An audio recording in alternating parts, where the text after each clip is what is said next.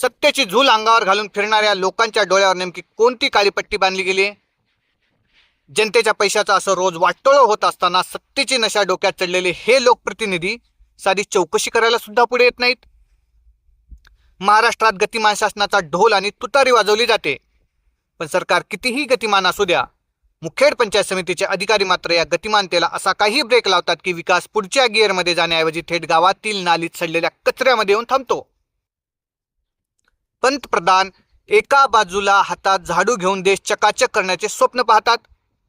केंद्र सरकारच्या 15व्या वित्त आयोगातून कोट्यावधी रुपयाचा निधी गावाच्या स्वच्छतेसाठी पाठवतात. पण मुखेड पंचायत समितीचे हे अधिकारी त्या निधीवर असा काही डल्ला मारतात की जणू तो त्यांच्या बापाची जहागीर आहे. गावागावात स्वच्छता आणण्याच्या नावाखाली या लाचखोरांनी फक्त कमिशनखोरीचे पाठ वाहवले आहेत. घंटागाड्या खरेदी करायच्या, शेड उभा करायच्या, कचराकुंड्या खरेदी करायच्या आणि नंतर त्या गोदामात धुळीत सडवत ठेवायच्या. आणि हे सगळं त्या कार्यसम्राटाच्या अगदी नाकाखाली सुरू आहे.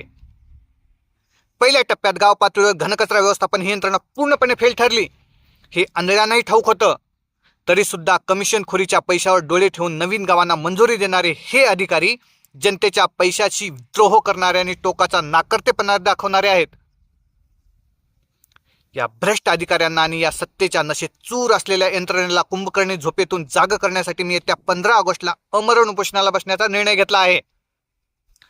पण लाज वाटते या निर्दयी व्यवस्थेची. ज्या राष्ट्रीय सणाच्या पवित्र दिवशी देशाच्या बलिदानाचे स्मरण करायचे, त्याच दिवशी हे अधिकारी या लोकशाहीचा आणि स्वातंत्र्याचा घास घ्यायला बसले आहेत. यांना या देशाच्या राष्ट्रीय सणाचा काही गंध नाही पडलेली नाही. हे निर्ढावलेले अधिकारी मला उपोषणाला बसू देतील, माझा जीव धोक्यात घालायचे धाडस करतील, पण या 15 ऑगस्टच्या पवित्र दिवशी हा भ्रष्टाचार लपवण्यासाठी चौकशी करणार नाहीत.